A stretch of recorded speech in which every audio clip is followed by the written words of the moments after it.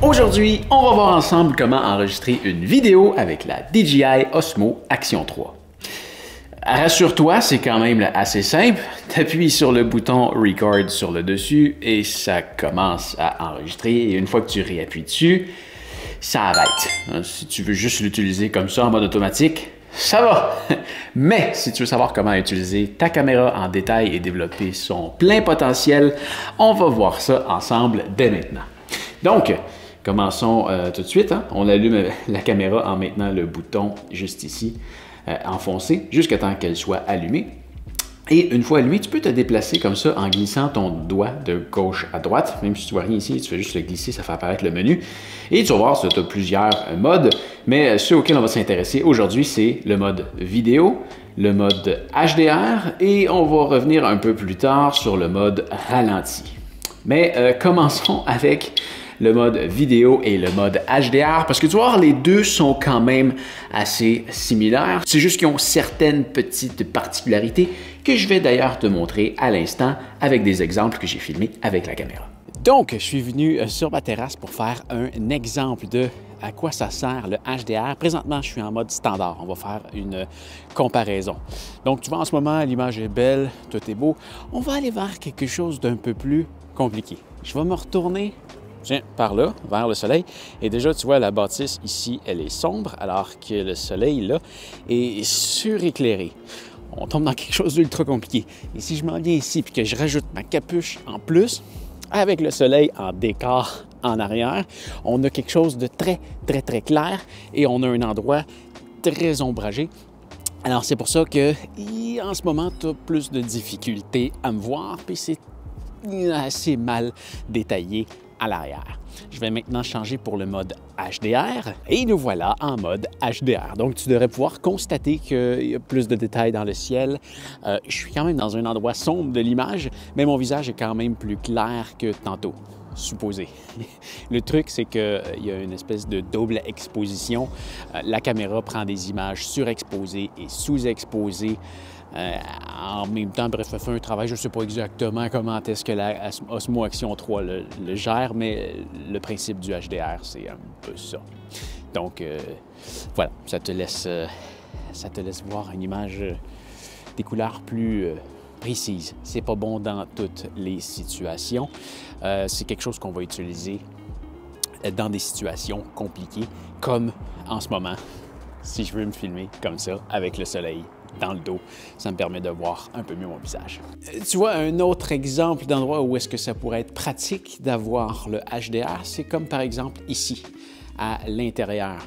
Tu vois, j'ai une espèce de grande quantité de lumière qui rentre par les fenêtres.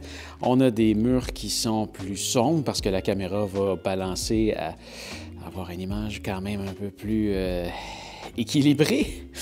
Mais c'est ça, il y a trop de lumière qui rentre là, puis là, il n'y en a pas assez. Donc, qu'est-ce qu'on fait? On peut aller en mode HDR. Et là, tu devrais pouvoir constater qu'on a quand même un équilibre plus agréable. On voit un peu mieux à l'extérieur, il y a plus de détails dans les murs. Et surtout, si on regarde au niveau du salon, tu vois, tantôt, le salon, on le voyait quand même beaucoup moins. Je retourne en mode standard pour comparer. Donc, comme tu vois ici, dans le salon, on voit pas grand-chose en ce moment. On voit, mais c'est loin d'être comparable à ce qu'on avait au HDR tout à l'heure. Et voilà. Si on y va comme ça, regarde. OK, dans la chambre ici, ma chambre, mon bureau, on voit pratiquement rien. Et là, c'est réellement très sombre. On va retourner voir qu'est-ce que ça donne en HDR. Pas grande différence. C'est une pièce qui est quand même réellement très sombre. Mais voilà, quand même, ça nous donne une plus grande plage dynamique en HDR. Mais comme tu as pu le voir, le mode standard n'est pas aussi pire que je le décris quand je le mentionne dans l'exemple. Ça sort quand même plutôt bien. Et quand on regarde le mode HDR, tu vois que ça vient créer certains artefacts dans la vidéo qui donnent un look à l'image un peu artificiel. On peut constater que c'était agréable pour le ciel sur ma terrasse, mais que dans les deux cas, on était tout de même capable de bien voir mon visage. Mais on peut voir que par la fenêtre à l'intérieur, ça créait un réel quelque chose d'étrange. Je pense que c'est donc quelque chose qui est agréable pour du paysage, mais c'est à utiliser avec modération. Personnellement, je l'utilise pratiquement jamais. Bon, Maintenant, on va aller explorer un menu dans la caméra. Le premier menu qu'on va regarder, c'est celui-là ici à droite. Donc, il suffit d'appuyer sur les deux petites barres avec les deux petits points ici et de s'assurer que le mode Pro est activé. Donc, j'active le mode Pro et là, tu vois, ça nous donne plusieurs options. Donc, la première ici, ça va être pour l'exposition. Donc, comme tu vois ici, présentement, il est en mode automatique, mais je peux quand même venir jouer avec certains paramètres. Donc, si par exemple, toi, tu te dis à 12800 d'ISO, l'ISO, c'est la quantité d'électricité qui passe dans ton capteur. Si tu veux un réel cours de photo plus poussé, j'ai une super vidéo pour toi que tu peux regarder dans le coin. Je me rappelle jamais c'est lequel, mais bref, le lien qui est en haut, c'est un cours de photo dans lequel je t'explique vraiment en détail ce que c'est l'ISO, l'ouverture, toutes ces choses-là. Va voir la vidéo, tu vas mieux comprendre ce qui va suivre. Donc, si tu veux jouer ici avec l'ISO, donc tu vois ici, ça te dit que c'est un mode un peu semi-automatique parce que là, tu vois, il va permettre à la caméra d'aller entre 100 et 12800. Et là, si tu trouves que ça donne de quoi de trop granuleux à 12800 et tu te dis, ouais, non, j'aimerais ça que tu dépasses jamais 3200, puis j'aime mieux que ça soit trop sombre que ça soit trop granuleux, eh bien, tu peux venir modifier justement ces limites-là ici. Donc, tu as un mode un peu quand même semi-automatique. Et si tu viens filmer quelque chose, peut-être même qu'en ce moment, ça pourrait être utile. Je voudrais voir, admettons, la caméra qui est là. Mais là, tu vois, j'ai un espèce de gros spot qui m'éclaire. Fait que j'aurais besoin d'avoir quelque chose de plus clair malgré ça. Oups, je vais aller dans l'autre sens. Tu vois, là, ça va pas bien parce que ce qui arrive, c'est que je suis en train de regarder l'écran de ma caméra pour regarder l'écran de caméra. Donc, c'est un petit peu difficile à contrôler. Mais tu vois, ici, si je viens de mettre à plus, tu vois, je suis capable de bien voir ma caméra, contrairement à ce que j'avais tantôt à 0. Donc, tu peux jouer avec ta valeur d'exposition en le gardant comme ça en mode automatique. Si tu veux aller complètement en mode manuel, ben, tu peux venir ici en mode manuel. Et là, tu as carrément le choix de ta vitesse d'obturation. Et si tu veux aller mettre ton ISO complètement manuel, ben, tu peux venir le faire ici. Donc, voilà, là, j'étais à 1/120e avec 400 d'ISO. Tu peux confirmer et voilà, tu es en une exposition manuelle. Je vais garder ça en mode automatique. Je trouve qu'elle fait quand même un super bon travail en mode automatique. Je ne l'ai jamais utilisé en mode manuel tellement ça travaille bien. Ensuite de ça, tu vas retrouver de l'autre côté ici le white balance, donc la balance des blancs. Encore ça aussi, je le laisse toujours en mode automatique. Je trouve que ça fait un super travail. Mais si tu veux le mettre en manuel, ben, tu peux aller choisir la température de ton image. Donc, on garde ça encore en mode automatique. Un petit point que j'ai oublié de mentionner, fais attention quand tu vas jouer justement avec tes valeurs d'exposition. J'ai souvent remarqué que en regardant l'écran, je me disais c'est peut-être un peu sombre, puis au final, à l'écran, c'était plus clair que ce que je voyais à l'écran de la caméra. Donc, ce que tu vois sur ton moniteur ici, c'est pas 100% véridique. Alors, fais attention de ne pas brûler ton image accidentellement.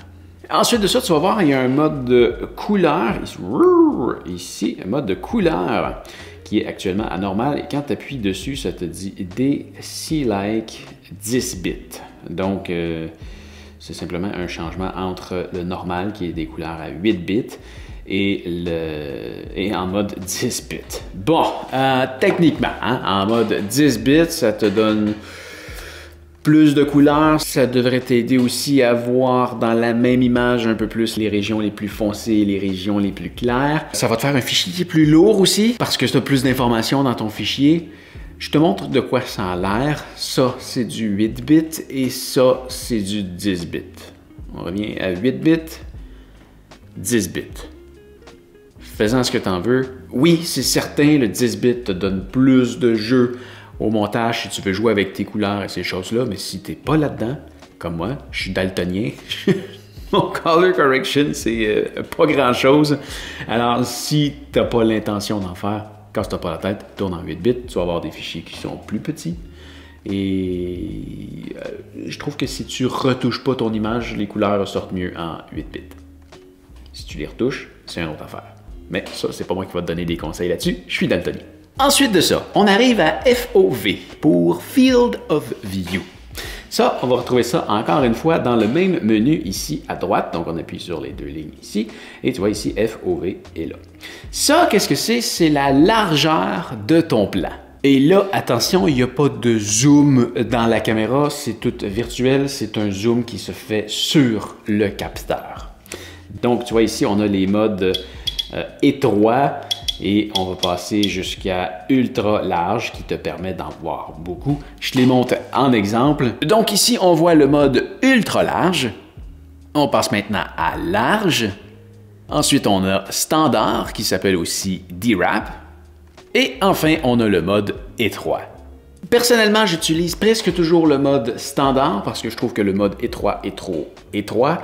Et quand on s'en va dans les modes plus larges, surtout au niveau de ultra large, tu vas voir que tout ce qui est droit devient arrondi, surtout quand tu l'amènes sur les côtés de l'image. Je vais te montrer des exemples que j'ai filmés sur ma terrasse. Tu vas voir, je me déplace de gauche à droite et tu vois que tu vas observer tout ce qui est sur le côté quand ça s'en vient au centre, ça devient déformé et ça peut donner mal au cœur à certaines personnes. Dans le mode standard D-Wrap, on n'a pas ça. Donc, voilà l'exemple. Ça, c'est le mode ultra large. Ça, c'est le mode large. On tombe maintenant à standard. Et on finit par le mode étroit. Et là, si tu es en train de faire l'exercice avec moi, que tu as ta caméra en main et que tu t'en viens ici, et là, tu dis « Wow, mais comment ça, moi, j'ai pas le mode ultra large ou le mode large? » Eh bien, ça, c'est à cause de ton mode de stabilisation et ça tombe bien parce que c'est notre prochain sujet. Donc, si je quitte comme ça, tiens, par exemple, on va le faire en mode ultra large, je confirme. On va sortir d'ici et maintenant, ce qu'on va faire, c'est qu'on va lever notre doigt. Donc, à partir du bas comme ça, on le lève vers le haut, ce qui nous fait apparaître un menu comme ça. Et le mode de stabilisation, on le retrouve ici en haut à droite. Donc, si je viens appuyer ici sur Steady, tu vois, je peux changer de Rock Plus, Horizon, Balancing et Horizon Steady. Bon, le lien entre la stabilisation et ta largeur de plan, je vais aller chercher quelque chose.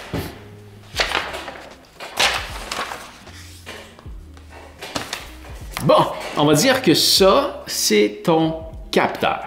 Donc, quand tu filmes en mode ultra large, ta caméra utilise tout ton capteur pour aller chercher l'image. C'est ce qui fait en sorte que tu es capable de voir ce qu'il y a de plus large. Quand tu t'en viens en mode standard D-Wrap, par exemple, la caméra va zoomer sur ton capteur, donc elle va utiliser une plus petite partie de ton capteur, par exemple ça. Donc ça, c'est la section de ton capteur que la caméra utilise, par exemple, pour faire le mode standard D-Wrap. Maintenant, pour ce qui est de la stabilisation, la caméra doit zoomer sur ton capteur pour être capable de faire une stabilisation parce que ce qui se passe, c'est que quand ta caméra bouge, ça crée un peu ça.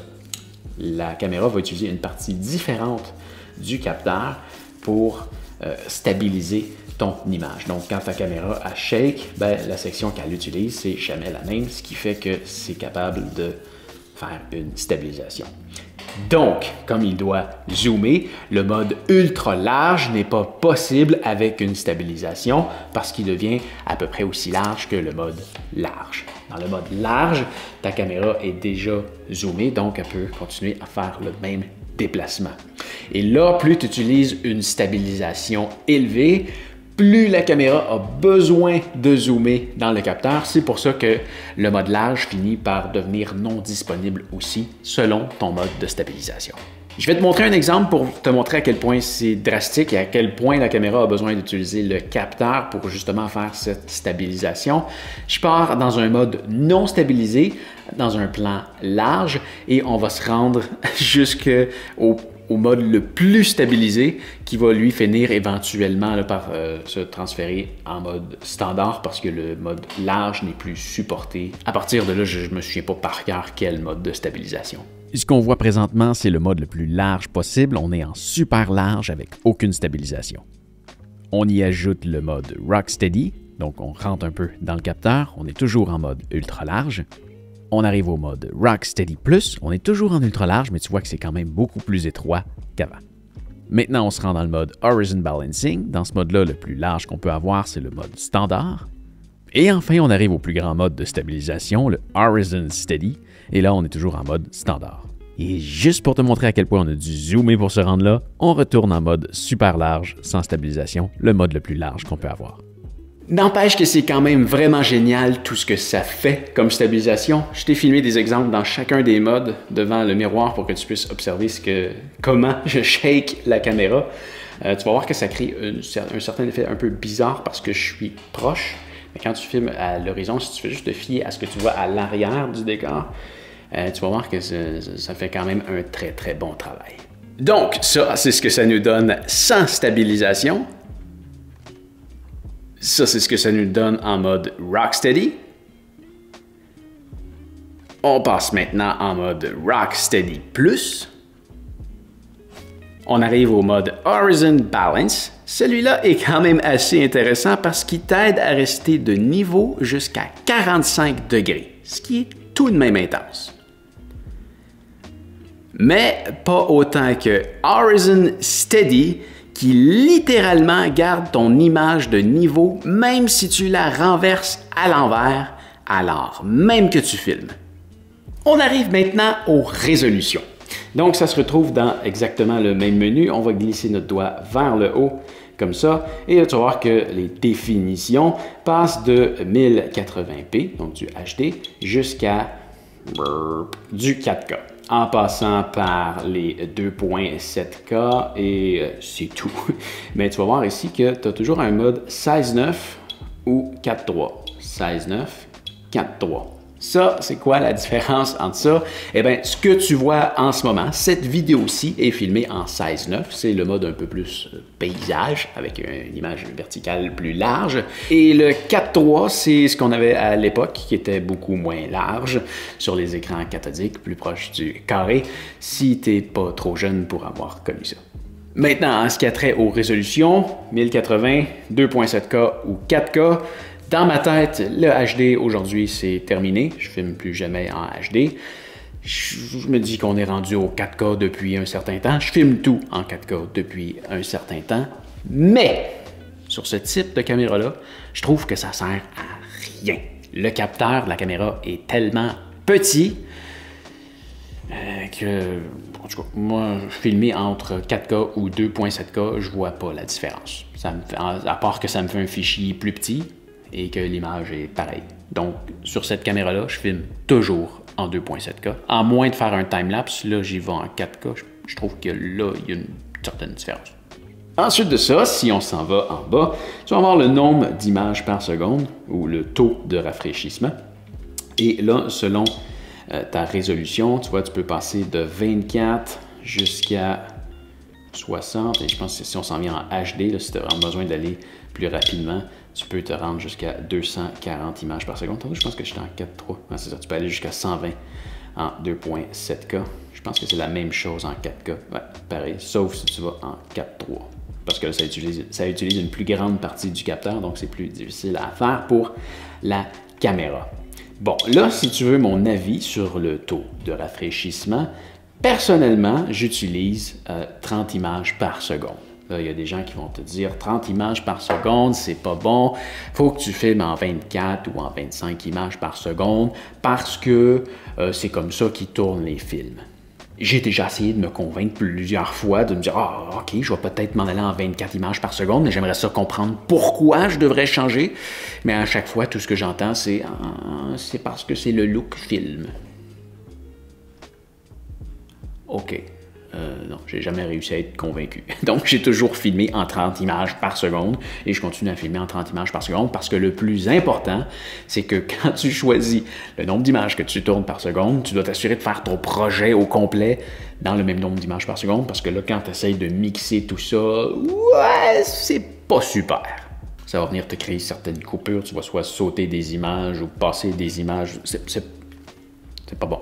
Prends-en un, n'importe lequel, et garde-le tout le temps. En passant, 24 images par seconde, c'est le standard du côté américain, et 25 images par seconde, c'est le standard du côté européen. À l'extérieur de ça, je ne sais pas exactement qu'est-ce qu'ils utilisent, et ça, c'est par rapport à des anciennes technologies analogiques par rapport au type de courant qui est utilisé sur le territoire. Aujourd'hui, ça n'a plus aucun rapport. Tu peux prendre 24, 25, 30 images par seconde, ça ne change rien. Par contre, 30 images par seconde, c'est un standard international. Ensuite de ça, hein, il y a d'autres résolutions. Donc, tu vois ici, on a 48, 50 et 60. Si tu remarques, 48, 50 et 60, c'est très exactement le double de 24, 25 et 30. Et la raison pour laquelle tu devrais les utiliser, si par exemple, tu filmes toujours en 30 images par seconde et que tu te dis, celle-là, je voudrais potentiellement faire un ralenti au milieu de tout ça, et bien là, tu peux aller filmer en 60 images par seconde et au moment où tu vas faire le ralenti, hein, donc si tu filmes en 60 images par seconde, ça veut dire que quand tu vas faire ton montage, la plateforme va sauter une image sur deux, donc ça fait rien de choquant. Et quand tu vas vouloir faire ton ralenti, et bien là, tu vas pouvoir utiliser toutes les images pour l'étendre sur chaque seconde, sur 2 secondes. Et là, tu vas avoir de quoi de plus fluide.